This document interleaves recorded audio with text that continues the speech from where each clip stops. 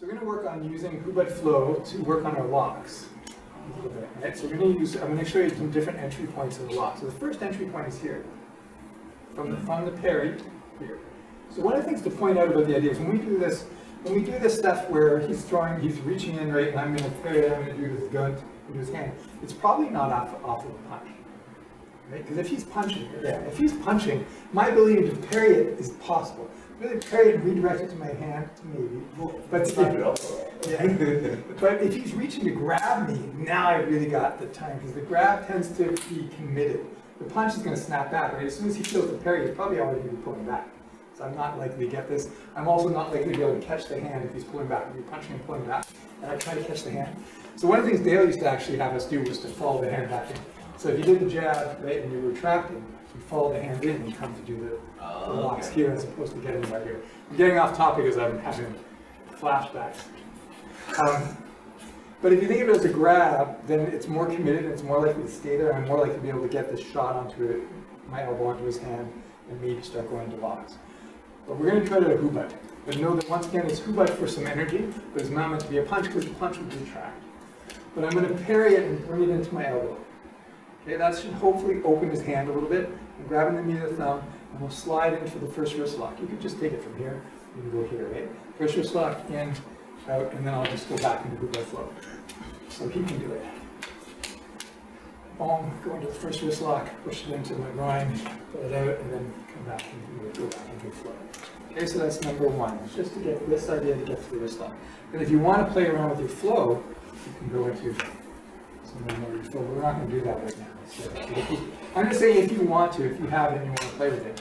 I don't want to teach you right now, but if you already have it, go for it. Okay, so number one, shove that. You can just take it here and reset. Yeah, I was just going to ask you, if you don't push it in there, you can do a wrist lock here. It'll work? It will work. Okay. You can, if you've got it good and you think of pushing his palm into the floor, it will work. But I find for myself it's more effective if I drive it into his groin. Okay. Because it breaks the structure. The both ways will work though. Yeah, but the follow-up from here is that I pull it out. You okay? Yeah. I pull it along the ground and it's going to wishbone him into a throw. You'll feel it, that pull on the ground causes the shoulder and everything to tighten up, and he basically has to fall to keep his wrist and shoulder from not tearing. All right, so that's why I like that one better. But yes, it will work just as this. But I think there's a lot of chance of him fighting this back and punching me or doing something else with that other hand. Right? Even if I'm doing this, he can punch me with that hand. But once I drive it into his body, then the structure not there anymore. It's only fair he gets to do it. So do it from Hubud. Boom, put the lock on, drive it in. Okay? And don't throw me, but just that idea. I'm going to go right back into Hubud. Okay? That would be the first one. Here. Drive it in, pull it out.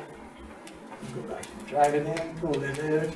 Just go lady. Okay, we're good at track. Alright? Got about 5 minutes. Alright. So if you want to go on with your lock flow, if you remember it, go into different flows from Try that minute. yeah, try it left hand.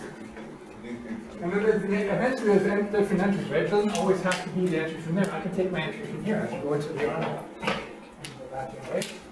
Or we can take the entry from here and go into an arm bar. And then if you go into the arm bar, you can use that to go into the rest of your flow. Right? So there's different entry points into your flow. So these are, if the guy's punching, you can do all the twisting. Well, I was saying, so from the punch, I might be able to get that, maybe. Yeah. That's a possibility. But the things where I'm just trying to grab him, elbow, he's probably going to retract. So you have to be prepared to follow it back. You may not grab it, right?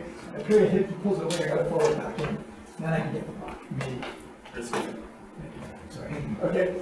But you got it's just a way to learn them, and yes, they can be effective, but they're more effective from the idea where he's grabbing. Right? And then I hit him, and now I can do the lock on. It's better that way. I actually rather he gives me the hand, and I can then work my lock series. Or you pull it here.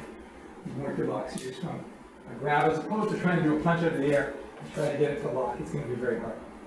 Right. Play again, justify the questions about whether these are effective. Yes, they can be effective. Would I rely on life and death? No. They can augment something I'm already doing.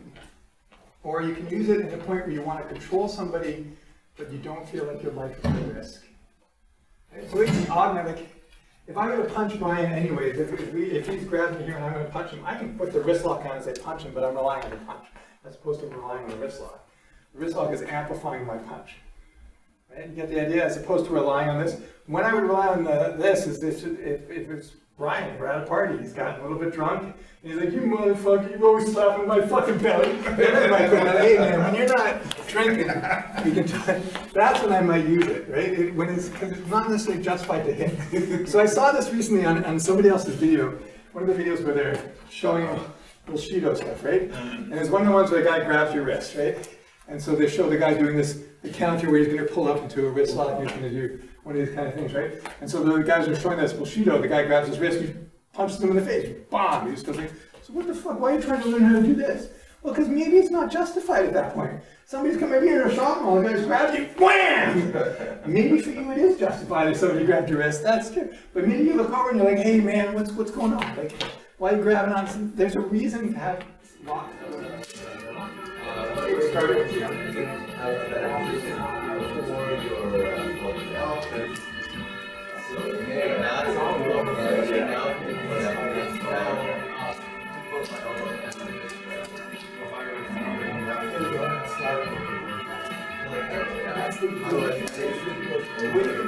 Walks off.